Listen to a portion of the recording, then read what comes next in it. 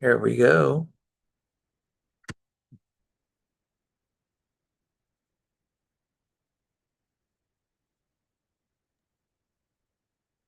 We are along the book of Avodah, of, of service in the Holy Temple. We're in the laws of Isuri HaMizbeach, those things that are prohibited to be brought onto the altar. And we continue in the fifth chapter. Okay.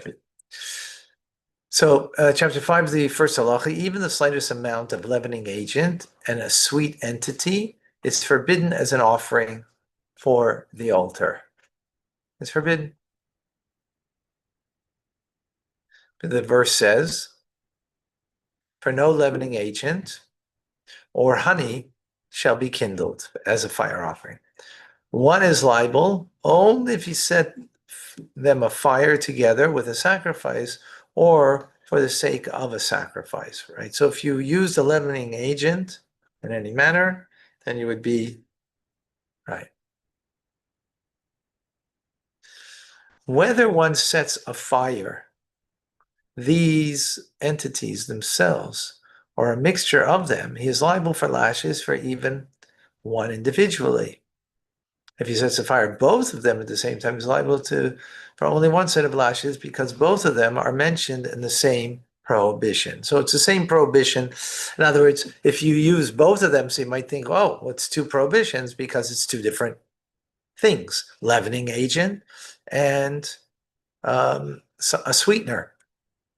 No, they are the same prohibition, the same idea. They come in the verse together. They're not two separate things. So it'd be only liable for one set of lashes, right? A reminder, lashes only come to you when there's two witnesses that warn you before you do the act. And here, if you brought a sacrifice and you added this to the sacrifice, right? Like, you're adding a sweetener to your coffee, that's what we're talking about. Don't sweeten that which is an offering to God. It's already sweet. Right? Don't enhance. A leavening agent is an enhancer, right? Don't enhance it.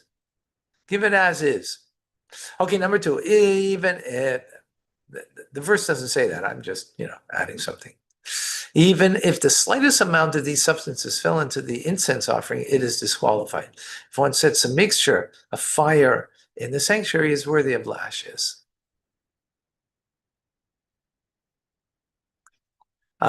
Setting an entity of fire is significant only if one sets a fire in olive-sized portion. So there has to be, an amount that is like everything biblically has an amount to it. So if you had the leavening agent or the sweetener that you added, then it has to be an olive size, right? Of an amount to be biblically a prohibition. That doesn't mean you could do it. If it's less than that, you can't do it, but that's only rabbinic law. I should say only rabbinic law. It is rabbinic law. Right?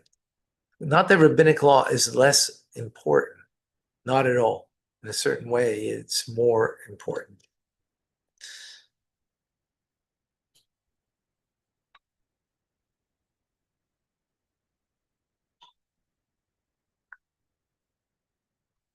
Okay, number 3. If one brought a leavening agent or a sweetener on the altar alone as kindling fuel, he's exempt.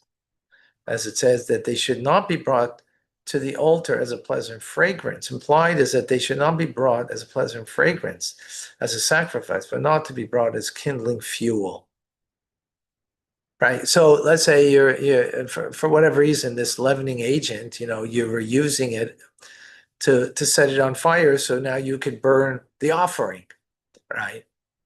No, then it's not you're not allowed to do it, but that's rabbinic law as opposed to biblical law, because you're not allowed to make something a pleasant fragrance from it from the right from the incense. Even if one set afire an entity that is not ordained to be set afire, together with a leavening agent or with a sweetener, is liable since it is part of the sacrifice.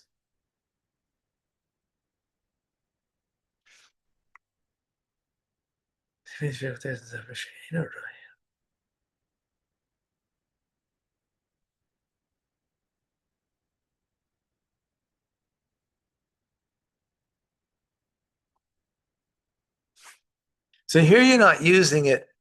Uh-huh. Right. So let's say you brought something that was not fitting to be a sacrifice, but you added the sweetener or the leavening agent, right? Even though it wasn't proper sacrifice, but you added it to as a sacrifice, you'd be liable. What is implied? When one causes the following entities to be consumed by fire on the altar, meaning the meat of a sin offering or a guilt offering, the meat of sacrifice is a lesser order of sanctity, the remains of a meal offering, what was left over from the Omer, or the sin offering from fowl, the showbread, the 2 loaves offered on Shavuos, the log of oil brought by a leper, if one were to cause an olive-sized portion of any of these entities to be consumed on the altar or on the ramp with leavening agent or sweetener, then a person would be liable, even though none of these entities are fit to be consumed by the fire of the altar. Since they are called sacrifices, one is liable for them, as indicated by the initial clause in the verse. It says that you shall offer them the first fruit offering of, to God. Okay. So even though all of these instances over here, they're not to be consumed on the fire of the altar. But now since you added it to it, so it's like adjunct to an offering, not an offering to be on the fire, but it's an offering. It's called an offering. Just like first fruits are called an offering, even though you don't bring first fruits and put them onto the altar, right there, eaten by the Kohanim. But since you did that and it is an offering, you would be liable. Okay, I have to end over here, to end a bit early. All right, folks. Thank you so much. God bless you all. Have an amazing